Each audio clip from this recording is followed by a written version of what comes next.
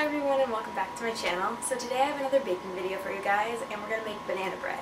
I love this recipe. I think it's some of the best banana bread I've ever made, and I've been making banana bread since probably about 8th grade or something. When I first learned how to make it, it was like the first thing I learned how to make in my family, and ever since then I really loved making it. And I have a really great vegan version and it's just delicious. Michael is not vegan and he loves it, and I just think it's the best banana bread ever. We pretty much devoured the whole loaf in about 3 days time, and it's super easy, and I just kind of wanted to show you guys, take you along for another little cozy baking video because it is snowing here in New York. Finally, I have on my sweater and my leggings and my slippers, and we're just gonna get on with it. Alright, let's go.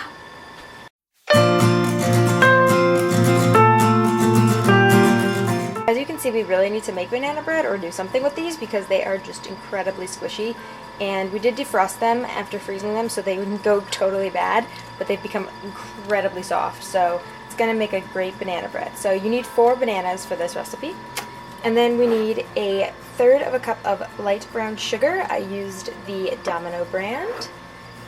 A 1/4 cup of either Earth Balance butter or coconut oil or any other butter substitute, or if you're not vegan, you can use plain 1/4 cup of butter.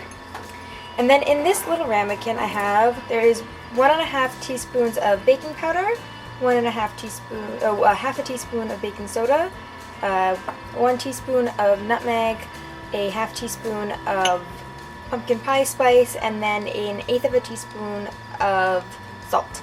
And those are all kind of now mixed together, and that tilted the thing, but they were all separated and nice, you could see them, but that is all that is in there. And we have my flour all measured out, and it's 1½ cups of flour. And over here is everything I used, which is salt, pumpkin pie spice, nutmeg, flour, baking soda, sugar, and the baking powder. And here I have the Green and Black's dark 70% and then dark 85% chocolate, which I'm going to chop up into the batter.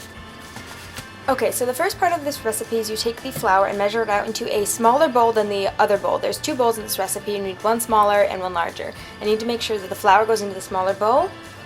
And this is just the 1½ cups, as I said earlier. And what we are going to do is we're going to add in all of our dry spices here, which is the, as I said earlier, the nutmeg, pumpkin pie spice, salt, baking powder, and baking soda.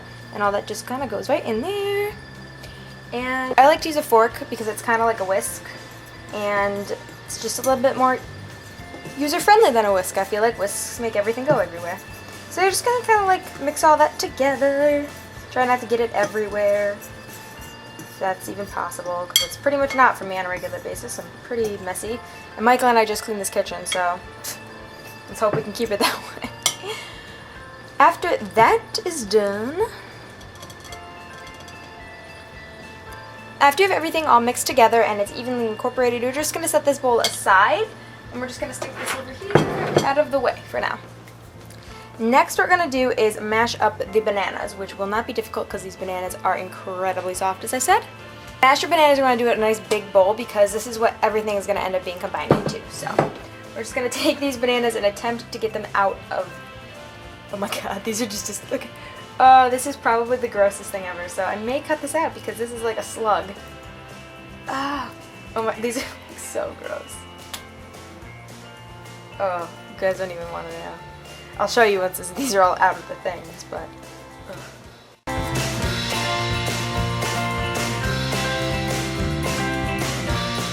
This is what we have right now as far as bananas go, and I guess they're not so gross on camera, but they're pretty gross in person. And I'm just going to use the same fork that I used before to save some dishes and just kind of mash them all together. I'm a little bit chunky. You can leave them really smooth. You can leave a couple chunks in them. I think that the chunks add a little texture and they're nice, so I leave mine a little bit chunky. As far as the Earth Balance or coconut oil is concerned, we're going to want to melt that. So over to the microwave we go.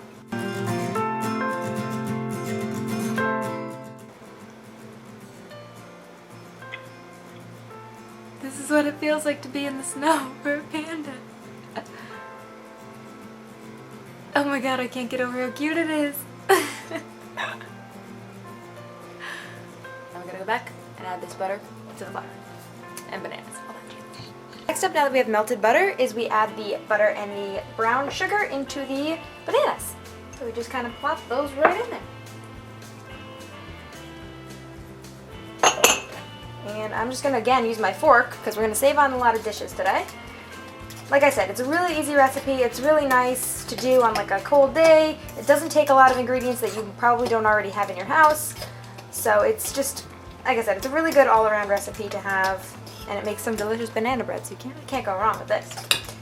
So I'm just going to mix this all together until it is evenly combined. What we're going to do is gently fold in these dry ingredients. So I'm going to do just a little bit at a time until I get it all combined once, and then add in the rest of it and just kind of keep going in steps.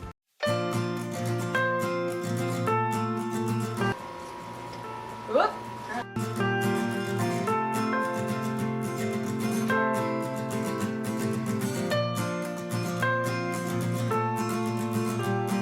Okay, so the next step that we have is to chop up our chocolate. And I am just going to open these up and just kind of start chopping away at them. They're going to be really rough pieces because we don't really need them to be super fine. We kind of want a little differentiation in texture.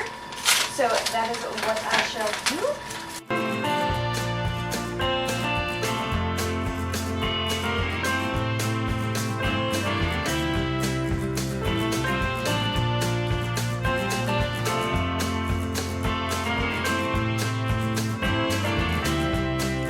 So this is what we're left with chocolate, and we just dump it all right in there.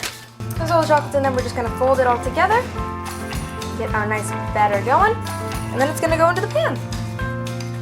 So this is my Smart Living 8" by 4" pan, and we're going to spray it with some Pam so nothing sticks to it. I have here the Pam Simply Coconut Oil, and I'm just going to give them a generous spray over the sink. Alright. And then you're just going to dump it all right into the pan.